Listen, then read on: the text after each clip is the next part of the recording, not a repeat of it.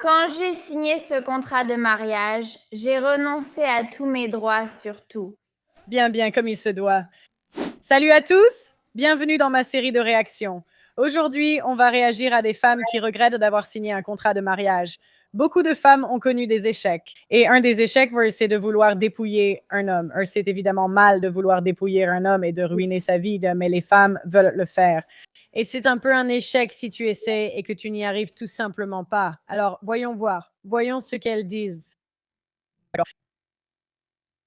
J'aurais aimé y avoir pensé au moment de signer les papiers parce que, encore une fois, je signais sans vraiment penser au divorce. Mais la seule chose que je changerais, c'est le fait que je n'ai rien mis concernant le logement et tout ça après coup, donc rien n'a été prévu pour le logement. Bien sûr, ça va lui profiter davantage parce qu'il était plus établi que moi. Donc, en gros, tout ce avec quoi tu arrives, c'est ce avec quoi tu repars. Comme tous les biens communs qui seraient partagés, les biens communs, c'est tout ce qui a été acheté ou acquis pendant le mariage. Nous avions des entreprises séparées. J'ai créé une entreprise pendant que nous étions mariés.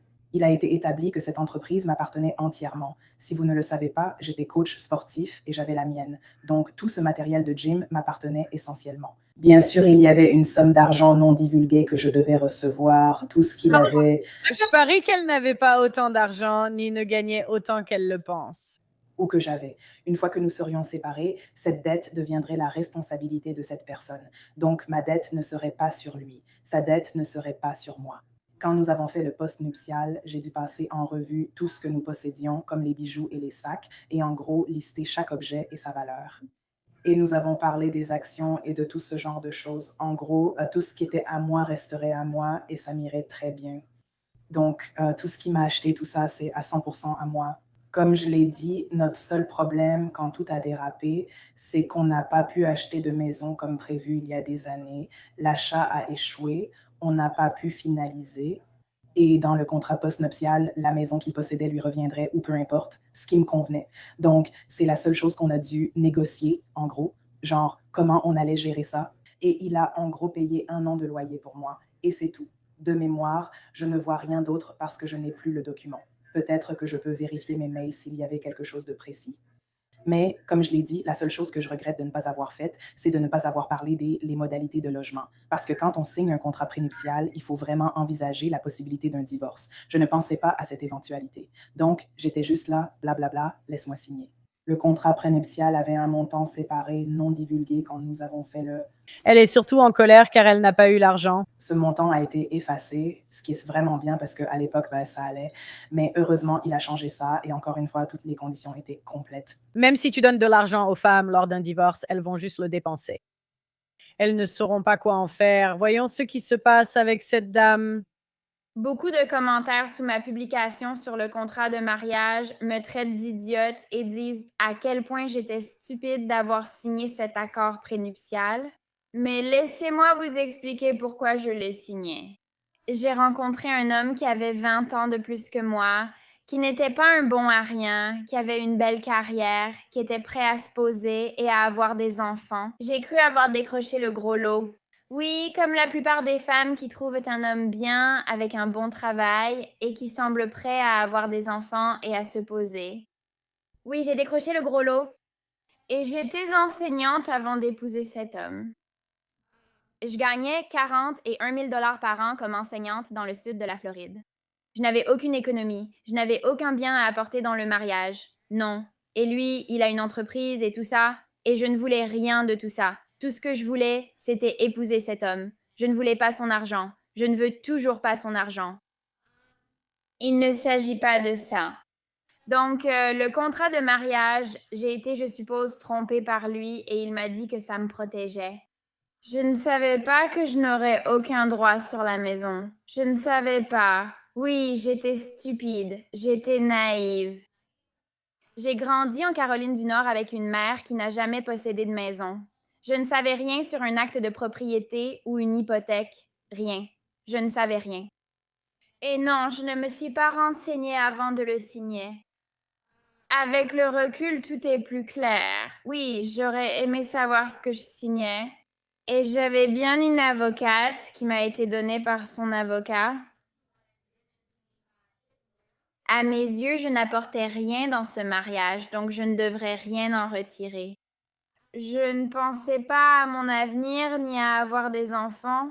J'étais simplement ravie à l'idée d'épouser cet homme. Et si je devais signer un contrat de mariage pour l'épouser, alors je signais. Je parie qu'elle avait vraiment envie de lui à l'époque et était prête à tout. Et puis probablement, tu sais, des amis lui ont monté la tête, elle est devenue désobéissante plus tard, et puis elle a perdu, et tu sais, ils ont divorcé. Ça arrive. J'ai laissé l'amour me rendre aveugle et je voyais tout en rose. Et jamais de toute ma vie je n'aurais pensé que cet homme me ferait ça. Il était mon chevalier en armure étincelante qui est venu me sauver. Et il allait prendre soin de moi pendant que je m'occupais de nos enfants, de lui et de notre maison. Et puis, quand il deviendra vieux, alors je pourrai m'occuper de lui. Mais évidemment, nous n'allons pas arriver à ce stade.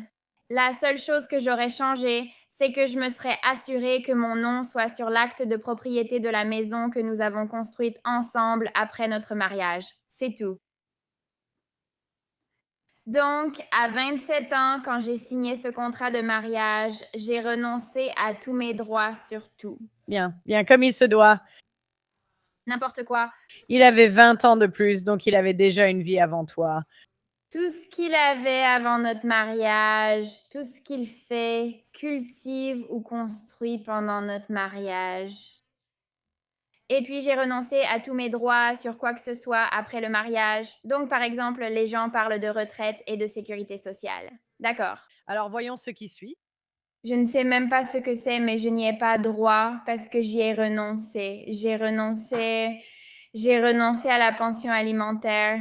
J'ai renoncé à toute forme de prestation compensatoire. J'ai tout abandonné. Pour cette maison, il est spécifiquement indiqué que lui et sa fiducie seront toujours propriétaires de cette maison. Hier, je lui ai encore demandé comment mettre mon nom sur l'acte de propriété. Il a dit non, point final. Je veux dire, je ne sais pas si... Je ne sais pas. J'ai signé. J'ai signé le papier et c'est tout. C'est comme ça. Je n'attends que la pension alimentaire des enfants. Et le fait qu'il ne veuille même pas me donner de pension alimentaire après que j'ai littéralement tout abandonné est choquant. Qu'en pensez-vous? Dites en commentaire la vraie version de l'histoire. Était-ce parce que j'étais insupportable et que j'ai gâché sa vie? Oui, j'ai signé le contrat de mariage, mais j'ai tout fait pour le contester. Je ne demande une pension alimentaire que maintenant, après t'avoir rendu la vie infernale. Alors, quelle est la vraie histoire si ça ressemble à votre ex-femme? Genre tout. J'ai tout abandonné. Sauf la pension alimentaire, parce qu'on ne peut pas renoncer à la pension alimentaire dans un contrat prénuptial. Parce que ce n'est pas à moi, c'est à mes enfants.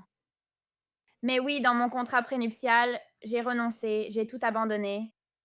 J'ai tout abandonné en pensant que je serais protégée et que l'homme que j'épousais était un homme bien. Il ne ferait jamais rien pour me blesser. Mais les gens changent, les sentiments changent, l'amour change.